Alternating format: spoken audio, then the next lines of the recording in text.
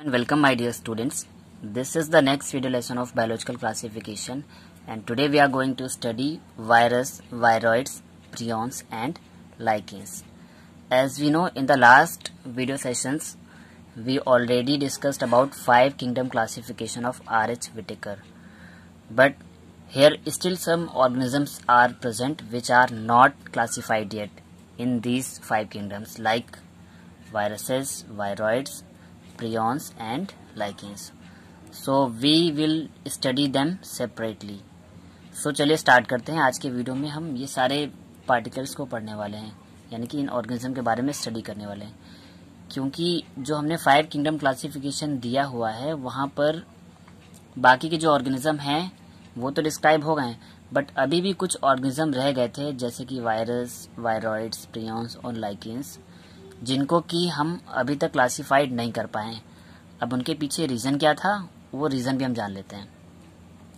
तो first of all, virus को हमने 5 किंगडम क्लासिफिकेशन में एक्सप्लेन इसलिए नहीं कर पाए R.H. Whitaker, because virus are animals और ऑर्गेनिज्म विदाउट सेल। मीन्स ये ऐसे माइक्रो ऑर्गेनिजम्स हैं जिनमें खुद की सेल होती नहीं है, और हमने जो R.H. Whitaker के क्लासिफिकेशन किए थे उनमें सारे के सारे सेलुलर स्ट्रक्चर्स की बात की थी, बट वायरस कैसा है, ए सेलुलर।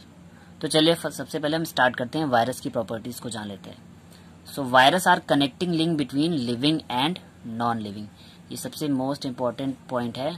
कई बार नीट के एग्जाम्स में भी क्वेश्चन डायरेक्टली पूछा जाता है कि कनेक्टिंग लिंक कौन है लिविंग और नॉन लिविंग के बीच की, तो वायरस है। और ऐसा क्यों बोला जाता है, क्योंकि वायरस के पास लिविंग और नॉन लिविंग दोनों की प्रॉपर्टीज होती हैं।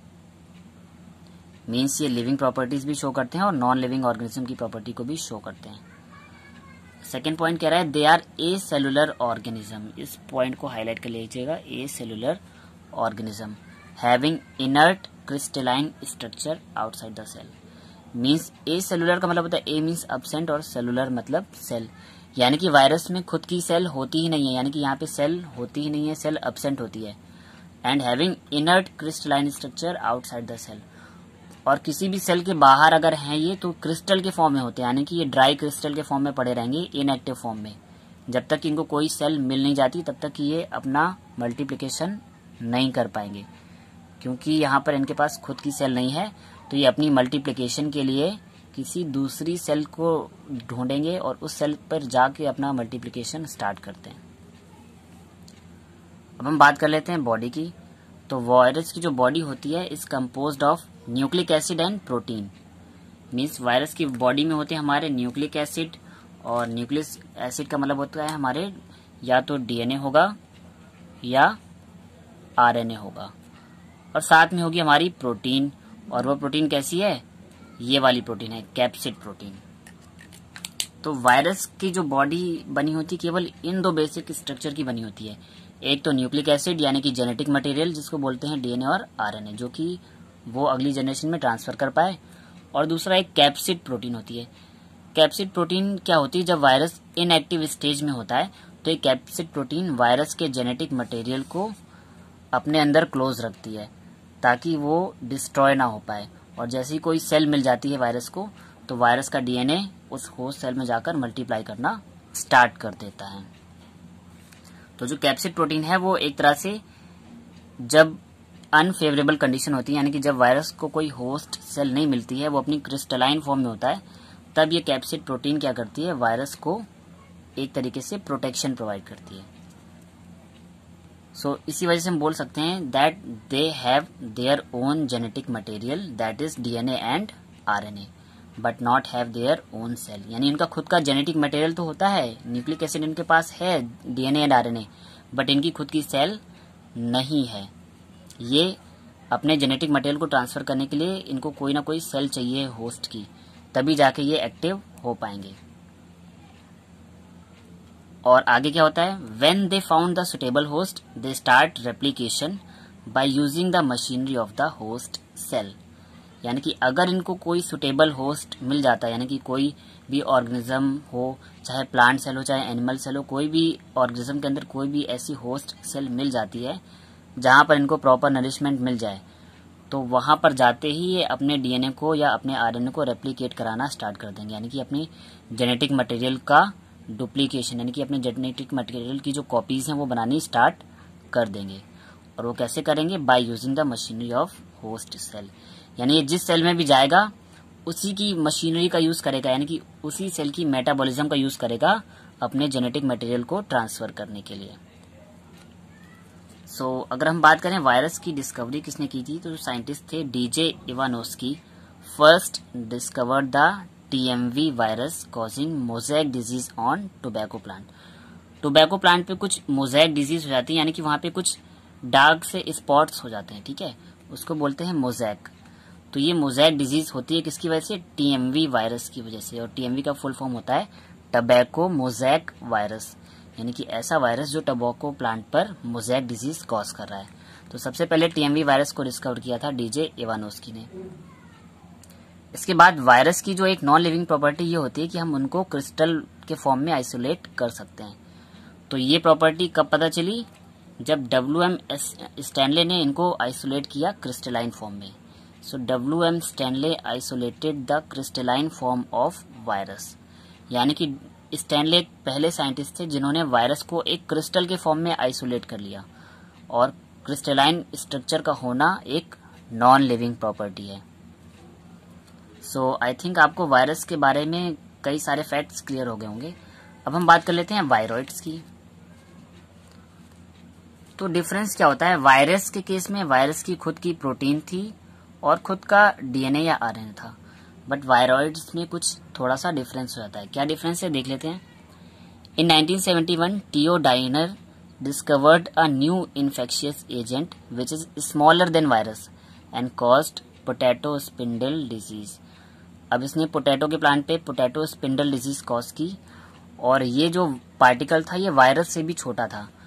तो टीओ डाइनर ने क्या किया? इस छोटे से पार्टिकल का नाम दे दिया वायरॉइड्स। अब वायरॉइड्स नाम क्यों दिया? क्योंकि फर्स्ट ऑफ ऑल कि ये वायरस से छोटे थे, और साथ में ही इनके पास जो कंपोजिशन थी वो भी वायरस से अलग थी। अब क्या कंपोजिशन है क्लियर कर लेते हैं हम। It has only RNA but not protein coat, hence it is named viroids. Means viroids के पास खुद का अपना आरएनए था, यानी कि जेनेटिक मटेरियल था, बट वायरस की तरह प्रोटीन कोट नहीं था। और जब प्रोटीन कोट नहीं था इस वजह से इनके पास केवल और केवल क्या था? आरएनए, और केवल आरएनए था, इसलिए इनका नाम दे दिया गया वायरॉइड्स। वायरॉइड्स के बाद हम आते हैं next category, that is prions. तो प्रायंस की बात करते हैं। ये रहे प्रायंस।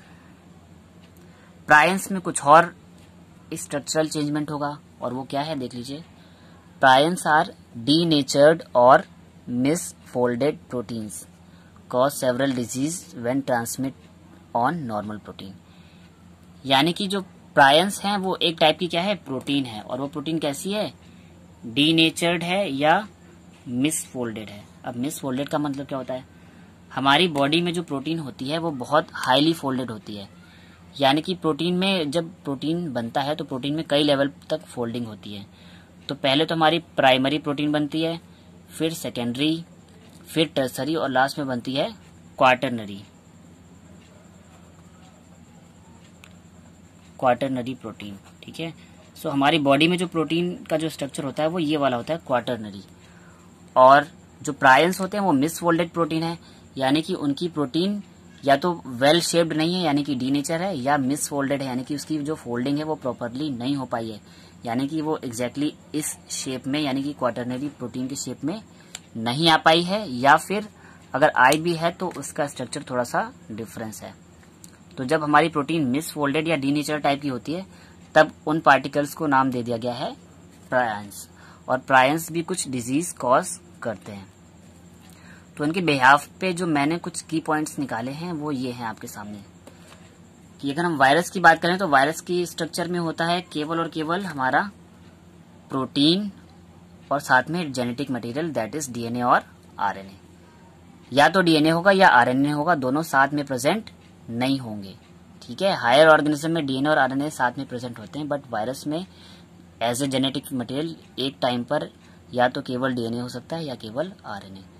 तो वायरस के स्ट्रक्चर में या तो प्रोटीन या डीएनए और आरएनए, और वायरॉइड्स के केस में ओनली आरएनए, और जब हम बात करते हैं प्रियॉन्स की तो केवल और केवल प्रोटीन, यानी कि प्रियॉन्स केवल मिसफोल्डेड प्रोटीन है, वायरॉइड्स केवल और केवल जेनेटिक मटेरियल है यानी कि आरएनए है विदाउट प्रोटीन, और वायरस में प्रोटीन और जेनेटिक मटेरियल यानी कि डीएनए और आरएनए दोनों है।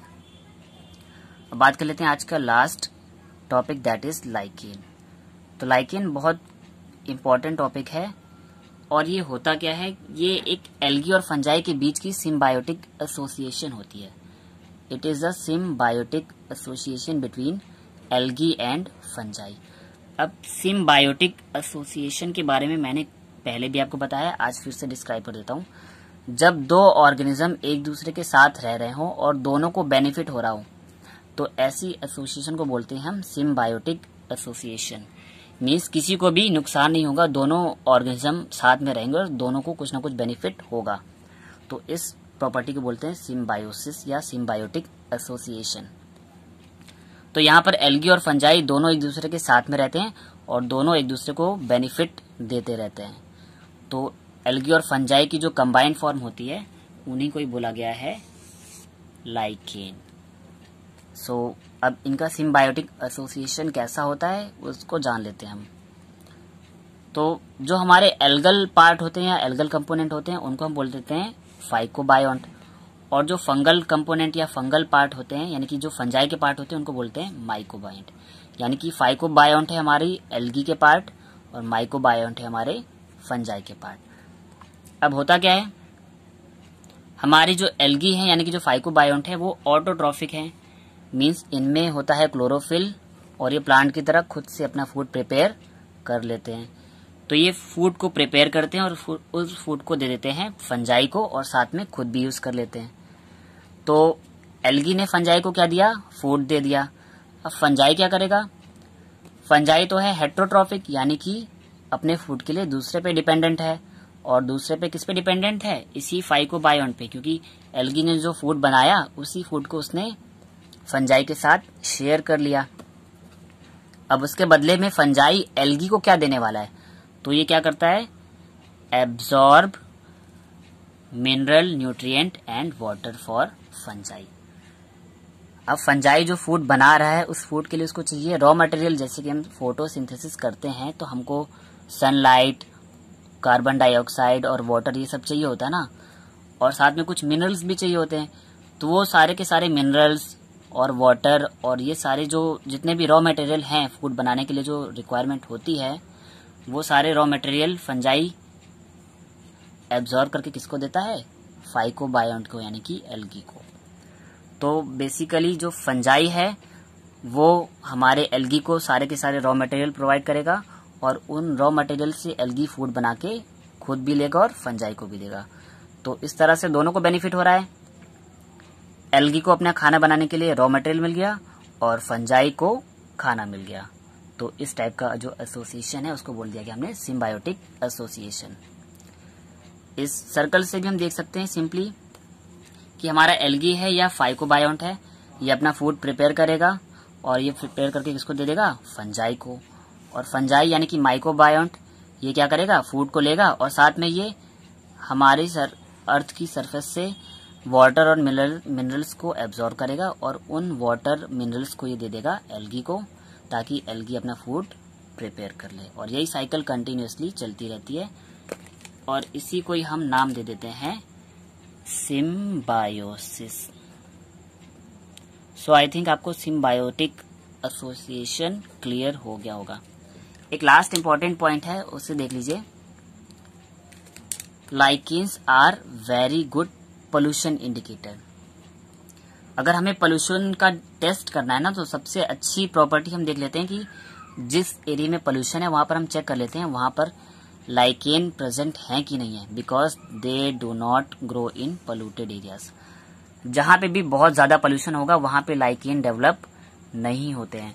तो किसी भी पर्टिकुलर एरिया के पोल्यूशन लेवल को हम इजिली ट्रैक कर सकते हैं। कैसे, उस एरिया में हम सर्च कर सकते हैं लाइकेन्स को। अगर हमें लाइकेन्स नहीं मिल रहे हैं यानी कि वहां पर पोल्यूशन का लेवल बहुत हाई है।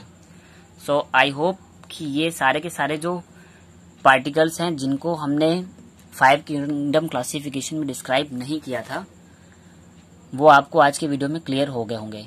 एंड स्टूडेंट, अगर आपने इसके पिछले वाला वीडियो नहीं देखा है जिसमें मैंने किंगडम एनिमल्स को शेयर किया था, यानी कि किंगडम एनिमेलिया को डिस्क्राइब किया था, तो उसके वीडियो का लिंक मैंने डिस्क्रिप्शन बॉक्स में दे रखा है।